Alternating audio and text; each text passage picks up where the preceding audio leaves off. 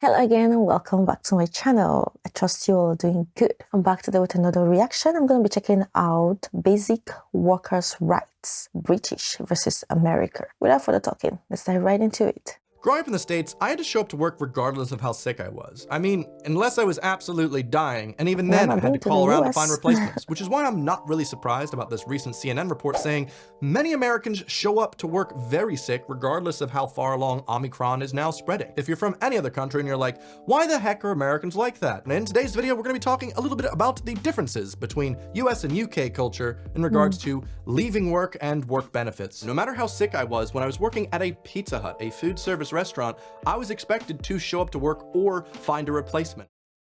Okay, when I'm hearing this, I'm kind of like, okay, it's a different world. This is Western world and totally different from where I come from, Nigeria. I'm always trying to compare things with where I come from. In Nigeria, you can decide to show up for work or stay home when you're sick and call the office, hey, I'm ill, I can't come today. And even if you stay 2, 3 days, 4 days, most of the time, nobody really cares. It doesn't really matter that much. You still get paid. It's not like they deduct it from your salary or anything. So you get paid. And so I'm kind of really interested with America and in the UK because I'm here in the UK as well. Why is it down to the individual employee? It's because when you're sick in the US, that is actually your fault. You're guilty of this and you need to pay the company back by doing another job and finding someone else to replace. What the hell? That's so strange. My first couple jobs in the UK, I showed up incredibly ill during days in which I was sick and was told to go home, which blew my mind. What do you mean? What? Oh. I already showed up. I'm coughing all over the place. I got work to do, right?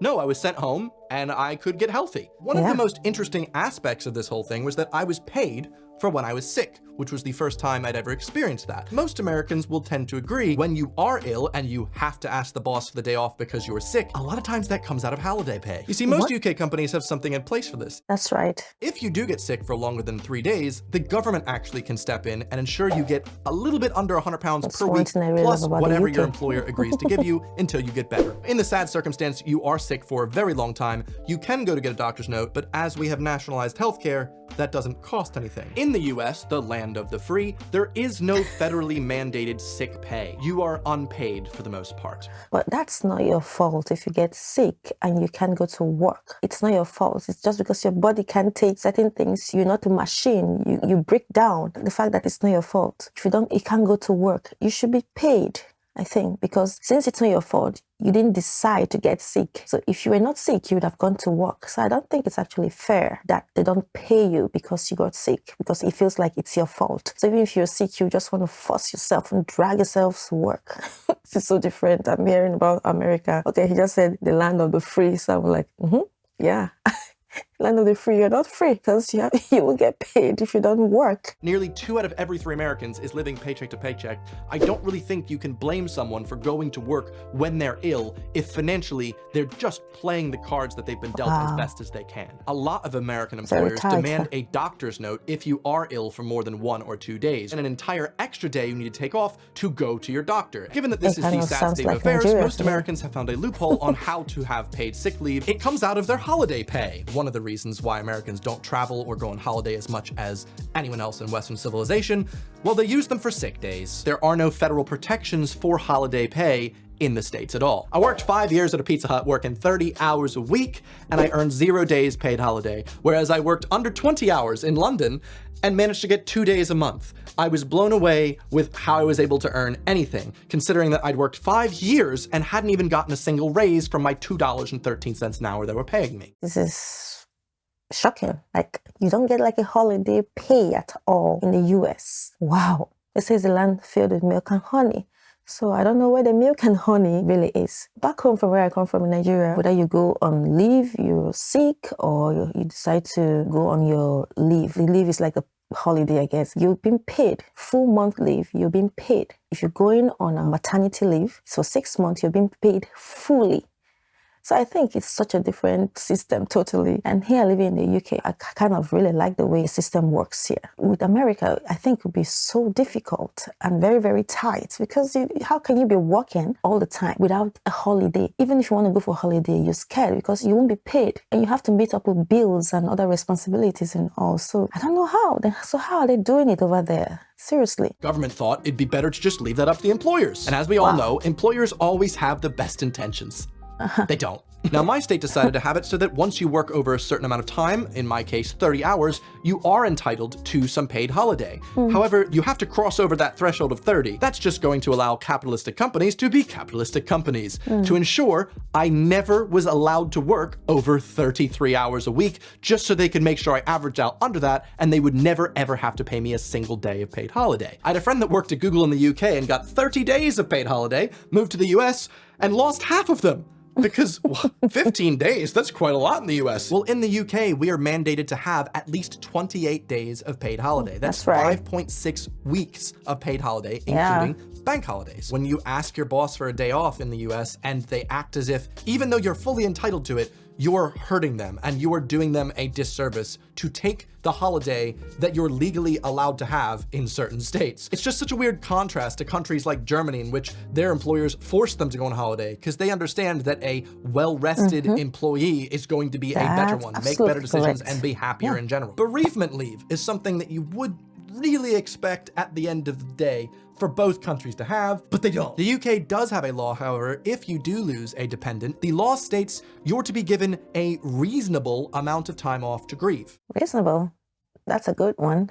And it's odd that this type of thing just works in the UK. In the law, it says, be reasonable. In the US, that's not, I don't think that would ever work. In the US, though, the only thing we really have is the Family and Medical Leave Act, which allows for 12 weeks of leave-protected unpaid leave. However, there's so many asterisks revolving around this, there's a big chance it doesn't even apply to you. If you work for a company with fewer than 50 people, or you've recently switched jobs, the FMLA just does not apply to you.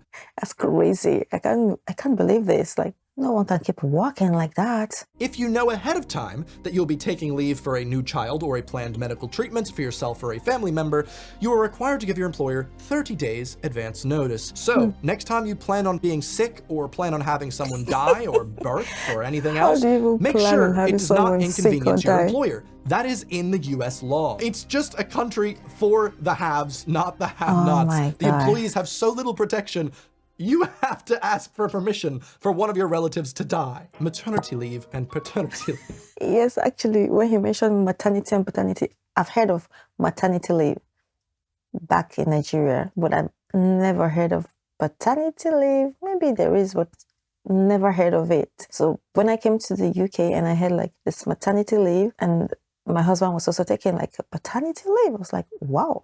And yeah, they pay for paternity leave, and it's surprising. Wow, that's so good. You feel so comfortable. You're able to spend time with your loved one, your husband after delivery or after childbirth, and like they pay you. It's like the pay, and it's so good. The maternity leave here, I think, goes for like a full year. I think they pay you the first 3 months full, and then subsequently in bits and all. But it's really, really so good. I like it. Let's keep going. US has 0 days of paid maternity leave is still disgusting. How it's not protected at all is disgusting. In the UK, employees can take up to 52 weeks of maternity leave, and their jobs are protected for when they come back. And of those 52 weeks, the first 6 are paid at 90% of their salary. The next 33 are paid at 90% or £156.66, whichever is smaller.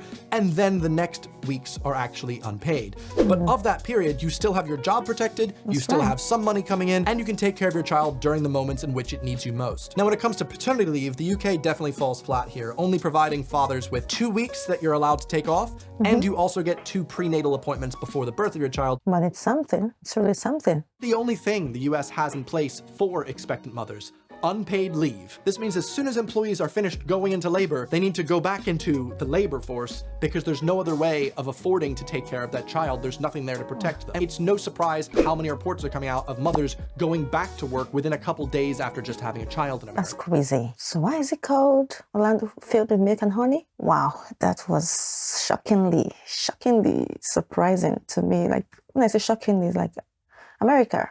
It's a land filled with milk and honey. So you expect that everything is working smoothly in America. But hearing this is like giving me a whole new, how do I put it now? Is it the America I used to hear about? Walk like an elephant and eat like an ant. But I guess if you're working, they don't expect you to break down. It's no way you can keep working. You definitely break down. You don't get planned to get sick, but you definitely get sick. That's how the body works. So I'm surprised that in this aspect that the UK is doing much better than the America. People who are living in UK, they're having a good time compared to the Americans. Nigeria is totally a different world entirely. Would always like to do a little comparison and all that. So we kind of enjoy everything, almost everything there. Paid leave, you can take sick days off and nothing's going to affect your salary or your pay. It's just a whole different ball game there. I can't even start comparing, but it's good in a way that you get everything quite easy in Nigeria. Sometimes you feel like you don't even go to work. You could actually even lie that you're sick, but nobody really cares to know. Here in the UK, it's quite different as well. You can take like some days off if you're ill and you still get paid. I'm just so surprised that Americans, there's no law to protect